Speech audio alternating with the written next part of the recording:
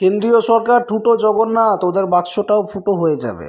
সামাজিক এবং মানবিক যা কাজ পশ্চিমবঙ্গ সরকার বা তৃণমূল সরকার করেছে তা বিশ্বে বিরল। বুধবার বর্ধমানে গোদার মাঠে রাজ্যের মুখ্যমন্ত্রী মমতা ব্যানার্জি অনেকগুলো সুবিধা প্রদান, সরকারি প্রকল্প এবং শিলান্যাস উদ্বোধন উপলক্ষে বর্ধমানে এসে এই কথা বলেন। আরও অনেক রকম কথা বলেন, অনেক রকম ভুলভাল কথাও বলেন। মুখ্যমন্ত্রী বলেন কেন্দ্রীয় সরকার বিভিন্ন প্রকল্পে টাকা বন্ধ করে দিয়েছে। 100 দিনের কাজে টাকা দেয় না, তবুও পশ্চিমবঙ্গ সরকার মানুষকে 40 দিনের কাজ দিচ্ছে।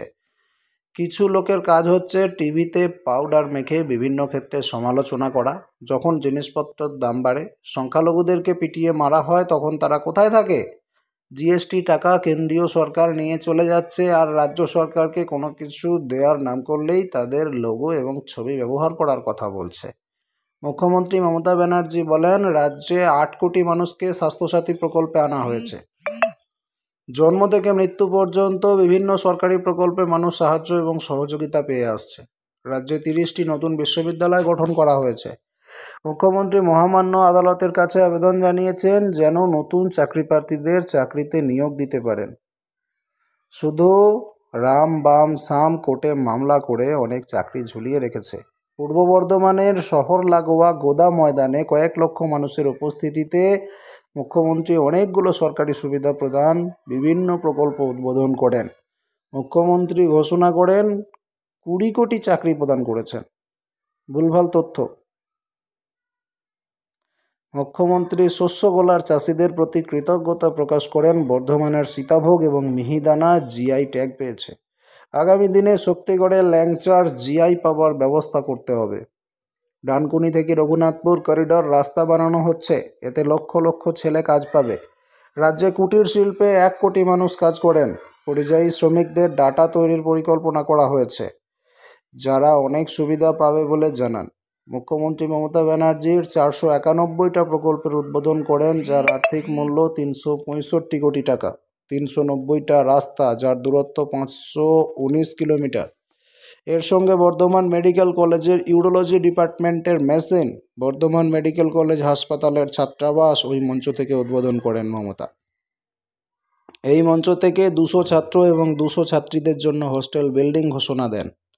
গোদার ওই মঞ্চ থেকে 547টা প্রকল্পের শিলান্যাস করলেন, যার আর্থিক মূল্য 837 কোটি টাকা। যার মধ্যে উল্লেখযোগ্য বর্ধমান আরামবাগ রোড সম্প্রসারণ, যার মধ্যে 78 কোটি টাকা বরাদ্দ করা হয়েছে।